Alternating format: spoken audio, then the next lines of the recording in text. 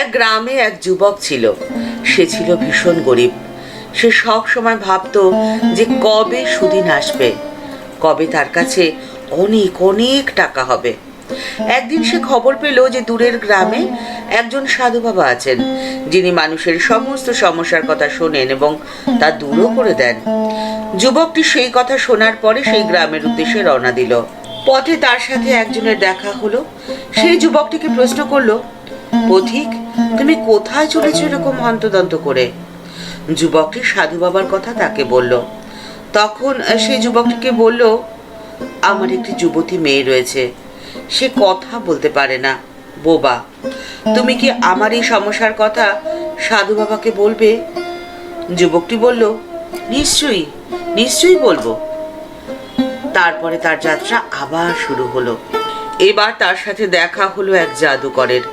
জাদুকর তাকে বলল, আমি তো জাদু দেখিয়ে জীবিকা নির্বাহ করি, কিন্তু কিছুদিন হলো আমি জাদুর সমস্ত মন্ত্র ভুলে গেছি। তুমি আমার এই সমস্যার কথা কি সাধু বাবাকে বলতে পারো? যুবকটি তাকে নিশ্চিন্ত করে বলল, কোনো চিন্তা করতে না, সে নিশ্চয়ই বলবে। এরপরে বেশ কিছুটা রাস্তা যাওয়ার পরে দেখা হলো এক বৃদ্ধ দম্পতির সাথে। তারা সেই যুবকটিকে বলল, আমরা নিঃসন্তান, রোগ জ্বালা যন্ত্রণাতে ভুগছি, আমাদের এই জীবন থেকে মুক্তি কি করে হবে? তুমি এই প্রশ্ন কি সাধু বাবাকে করতে পারো? যুবকটি তখন তাদের কথা দিল, সে নিশ্চয়ই করবে। যুবকটি অবশেষে সাধু বাবার আশ্রমে গিয়ে পৌঁছল। সাধু বাবা তাকে বললেন, একজনের সে মাত্র 3টি সমস্যার কথাই শোনেন এবং তার সমাধানও তিনি করে দেন, কিন্তু 3টির বেশি সমস্যার কথা সাধু বাবা শোনেন না এবং তার সমাধানও তিনি করেন না। এই কথা শোনার পর যুবকটি তখন মনে মনে ভাবল যে তার সমস্যা থেকে পথে আসতে পাওয়া 3 জনের সমস্যা তার কাছে অনেক অনেক গুণ বেশি বলে মনে হয়েছে।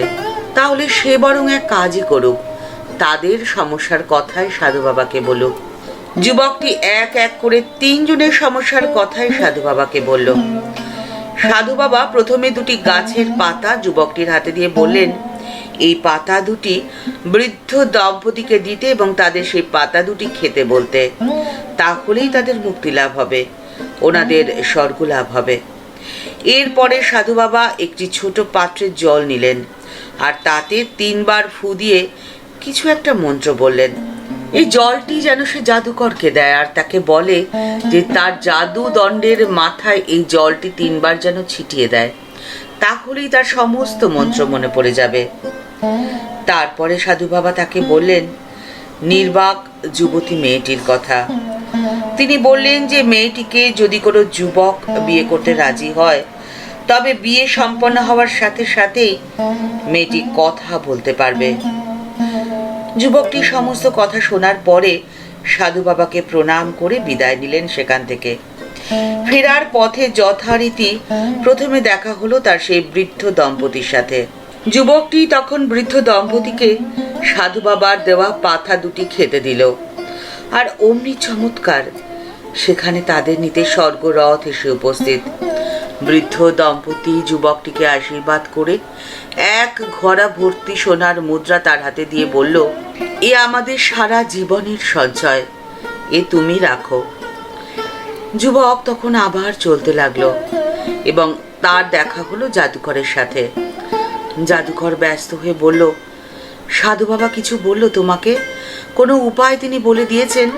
যুবকটি তখন জলের পাত্রটি জাদুকরের হাতে দিল এবং সাধু বাবা যা নির্দেশ দিয়েছিল সেটা তাকে বলল।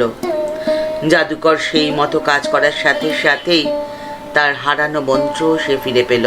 জাদুকর তখন খুশি হয়ে যুবকটিকে বলল, তুমি আমার এত উপকার করলে, তোমাকে আমি আমার সব জাদু মন্ত্র শিখিয়ে দেব। এই বলে জাদুকর সমস্ত মন্ত্র যুবককে শিখিয়ে দিল।